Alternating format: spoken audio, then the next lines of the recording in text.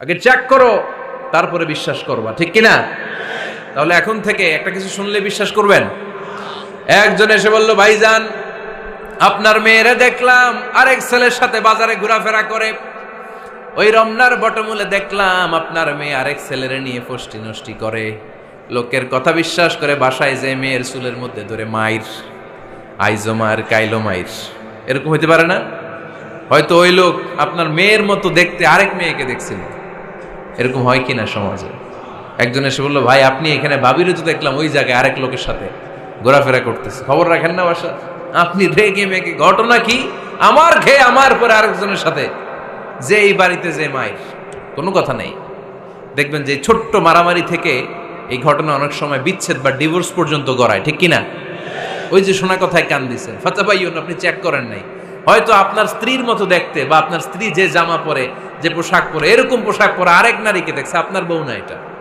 আপনার মেয়ের ব্যাপারে যে তথ্য দিয়েছে এটা সঠিক নয়, সে আপনার মেয়ের মতো আরেকটা মেয়েকে দেখেছে, এসে আপনার কাছে বলে দিছে, আপনি বিশ্বাস করছেন। ভেজাল আছে না নাই?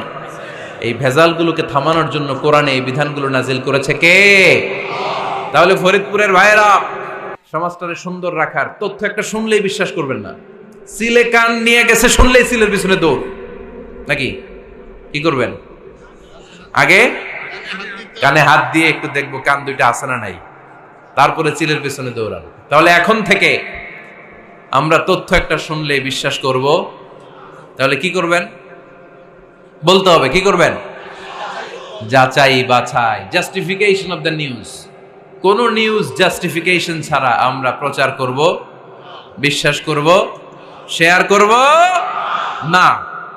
আল্লাহ বললেন, ইয়া আইয়ুহাল্লাযীনা আমানু লা ইয়াসখার কওমুম মিন কওম। ওহে আমার ঈমানদার বান্দারা, শোনো শোনো, খবরদার কখনো কোনো মুমিন বান্দারে ঠাট্টা করো না, অবজ্ঞা করো না, ঠাট্টা করো না। তার মনে কষ্ট হয় এমন কোনো কথা তারে বলো না। Never scoff of anybody. কাউকে নিয়ে ঠাট্টা করবেন না, তার দেহ নিয়ে, তার আকৃতি নিয়ে, তার বংশ নিয়ে। এক লোকের বাবা ছিল চোর, কিন্তু তার ছেলে অনেক ভালো। আপনি কি তারা বলতে পারবেন তুই চোরের ঘরের চোর? বলতে পারবেন? চুরি করছে বাবা, ওর কি দোষ? কথা বলেন। এগুলো কবিরা গুনাহ। আওয়াজ করে বলেন তো, কি গুনাহ? কবিরা গুনাহ। কারো আকৃতি নিয়ে, আমার ফরিদপুরের কলিজার টুকরা যুবক ভাইরা, কারো আকৃতি নিয়ে কখনো অবজ্ঞা করবে না, তুচ্ছ জ্ঞান করবে না। এটা কবিরা গুনাহ, এটা আল্লাহ খুব অপছন্দ করেন। এর কারণ আকৃতিটা আমাদের হাতে নাই। আমাদের কারো নাক লম্বা, কারো খাটো, আমরা কেউ কালো, কেউ সাদা, আমরা কেউ স্মার্ট, কেউ অন্যরকম। তো এই যে আমাদের এক এক ধরনের আকৃতি, এটা কি আমি বানাইছি? আপনি বানাইছেন? দিছে কে? এই জন্য কারো দেহের গঠন নিয়ে যদি আপনি অবজ্ঞা করেন, এটা প্রক্ষান্তরে আপনি স্রষ্টাকে নিয়ে অবজ্ঞা করলেন। কারো দেহের আকৃতি নিয়ে যদি আপনি তুচ্ছ করেন, তাকে তুচ্ছ করেননি, আমার রবকে আপনি তুচ্ছ করেছেন। চিল্লায় বলেন ঠিক কিনা? খবরদার, তুই কালু, তুই লম্বু, তুই মোটু, তুই কানা, তুই রোহিঙ্গা, আছে না নাই? ইদানিং ইদানিং এটা খুব চলে। এই রোহিঙ্গা নামটা আছে না? ফরিদপুরে এগুলো ঢুকে নাই না? আমাদের ওইদিকে দেখি কি অবস্থা, কারোর সাথে কেউ লাগলে তুই রোহিঙ্গা। কি আশ্চর্য, এই গালি কবে আসলো? হ্যাঁ, অনেক ধরনের গালি। ঢাকায় আর একটা চলে, ফইন নির্বুত। কি বলে? এই এগুলো আগে শুনি নাই আমরা, রিসেন্ট এগুলো বলা শুরু করছে। ফইন নির্বুত, রোহিঙ্গা না। এগুলো বলে আপনি কাউকে অবজ্ঞা করতে পারবেন? পারবেন না।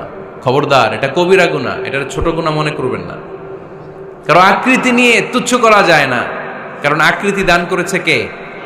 হুয়াল্লাযী ইউসাউইরুকুম ফিল আরহামি কাইফা ইয়াশা, লা ইলাহা ইল্লা হুয়াল আজিজুল হাকীম। তিনি এমন সত্তা, যিনি তোমাদের চেহারার অবয়ব দিয়েছেন, তোমাদের আকৃতি দান করেছেন তখন যখন তোমরা মায়ের পেটের ভেতরে ছোট্ট জোকের মতো ছিলা। মায়ের পেটের ভেতরে আমরা যখন সবাই এত ছোট্ট, তখনই আমাদের চেহারার আকৃতি দিয়েছে কে? কে সুন্দর হব, কে ছেলে হব, কে মেয়ে হব, কে মোটা হব, কে চিকন হব, আমার ইচ্ছা হয়েছি? আওয়াজ করে বলতে হবে, কার ইচ্ছায়? প্রত্যেককে যদি আল্লাহ প্রত্যেকের নিজের চেহারা ডিজাইন করতে দিতেন, আল্লাহ যদি বলতেন তোমার চেহারাটা কেমন হবে তুমিই ডিজাইন করো, তাহলে আপনি আপনারা কেমন বানাতেন? হ্যাঁ বলেন, ফরিদপুরের ভাইরা বলেন, সুন্দর করে বানাতেন তাই না? সবচাইতে স্মার্ট, সবচেয়ে সুন্দর করে আমি আমার চেহারাটা বানাতাম যদি আমাকে ডিজাইন করার সুযোগ দেওয়া হতো। কিন্তু এই সুযোগ তো আল্লাহ দেন নাই। ডিজাইন স্বয়ং করে দিয়েছেন কে? কোন নারীকে যদি আল্লাহ বলতে এই নারীরা তোমাদের চেহারা কার কেমন লাগবে তোমরা বানাও, প্রত্যেক নারী কি করতো? বিশ্ব সুন্দরী করে নিজেকে বানাতো। খুদ ধরার মতো কোনো জায়গা সে নিজের জন্য রাখতো না, ঠিক কিনা? কিন্তু এটা আল্লাহ দেন নাই। এই আকৃতিটা আমাদেরকে সরাসরি দান করেছেন কে?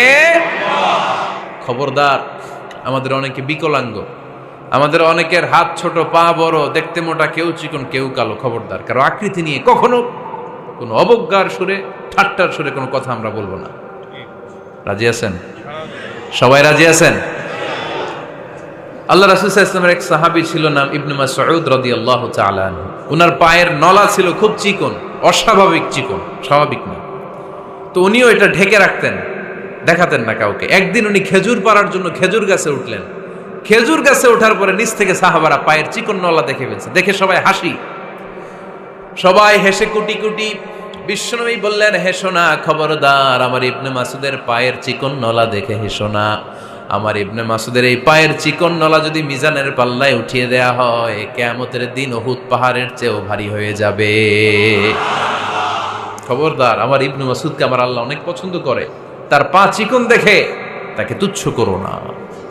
আল্লাহর হাবিব সাল্লাল্লাহু আলাইহি ইসলামের 11 জন স্ত্রীর মধ্য থেকে একজন স্ত্রী ছিলেন একজন স্থূল আকৃতির, অবিসিটি ছিল, একটু মোটা। ওনার নাম ছিল সাফিয়া রাদিয়াল্লাহু তাআলা আনহা। আম্মা জান আয়েশার সাথে একবার সাফিয়ার ঝগড়া। নবীদের বউদের মাঝে মাঝে মাঝে ঝগড়া হতো, তবে সেটা হতো মধুর ঝগড়া। সুবহানাল্লাহ পড়েন। আম্মা জান আয়েশা রাদিয়াল্লাহু তাআলা আনহার বাসায় একদিন বিশ্বনবী বসা ছিলেন। আরেকজন স্ত্রী, বিশ্বনবীর আরেকজন স্ত্রী রান্না করে কিছু খাবার আম্মা জান আয়েশার ঘরে পাঠিয়েছেন।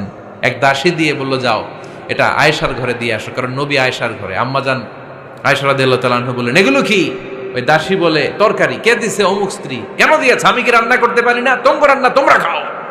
এই কথা বলে পাতিল সহ উড়ায় মারছে চেহারার মধ্যে। এর কারণ ওনারা মানুষ ছিলেন, মানবীয় ব্যাপারগুলো ওনাদের মধ্যেও কাজ করত।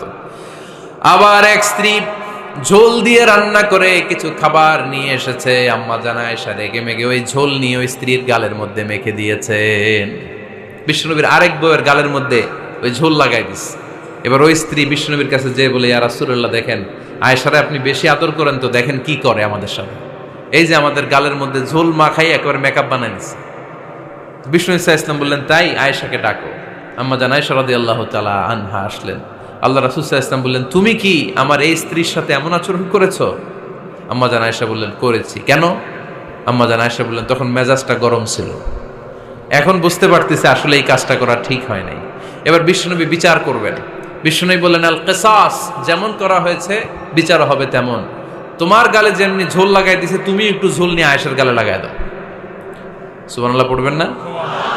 ওই স্ত্রীও কিছু ঝোল নিয়ে আম্মা জান আয়েশার গালে লাগাই দিল। এখন দুইজনে হাসতেছে, বিশ্বনবীও হাসলেন, আরশের উপর থেকে খুশি হয়ে গেলেন কে?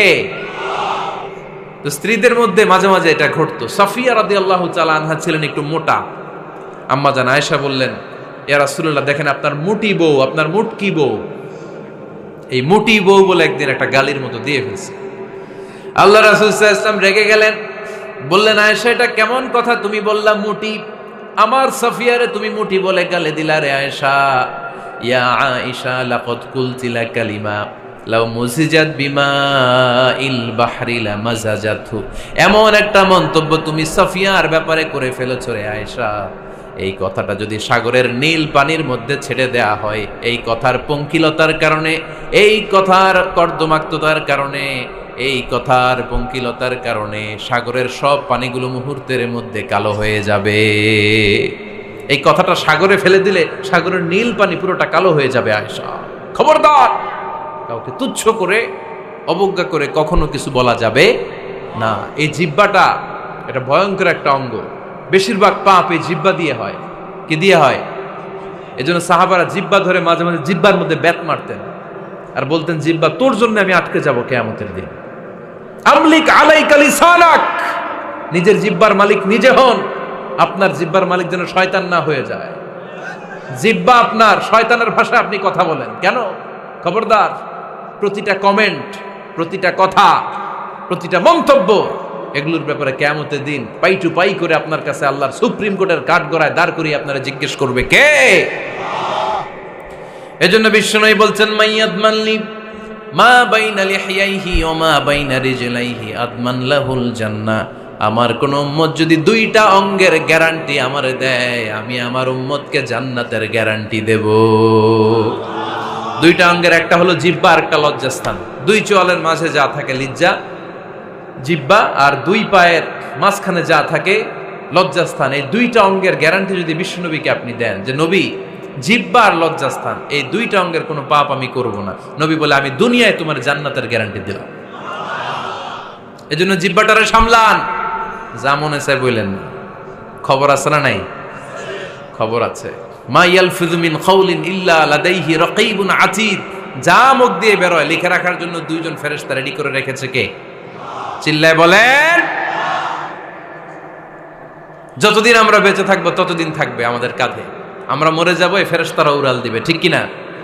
দুই কান্দে জি ছিল যে তোমার দুইজনা পাহারা, তোমারে একলা থইয়া পালাইছে তাহারা। তোমার আটকুঠুরি নয় দরজা বন্ধ এবার হলো রে হলো। মুখে আল্লাহ রসুল সবে বলো, ও মুখে আল্লাহ রসুল সবে বলো। দুয়ারে আইসাছে পালকি নাই হরি গাও তোলো রে তোলো। মুখে আল্লাহ রসুল সবে বলো, ঠিক না? এজন্য সাবধান। আমলিক আলাইকা লিসানাক, নিজের জিহ্বার মালিক নিজে হন। মন যা চায় মুমিন তখন ইচ্ছা মতো মন মতো কোনো মন্তব্য ছুটতে পারে না। বিশ্বাসী বলে যদি নিজেকে দাবি করেন, নিজের জিহ্বার মালিক নিজে থাকার দরকার আছে না নাই?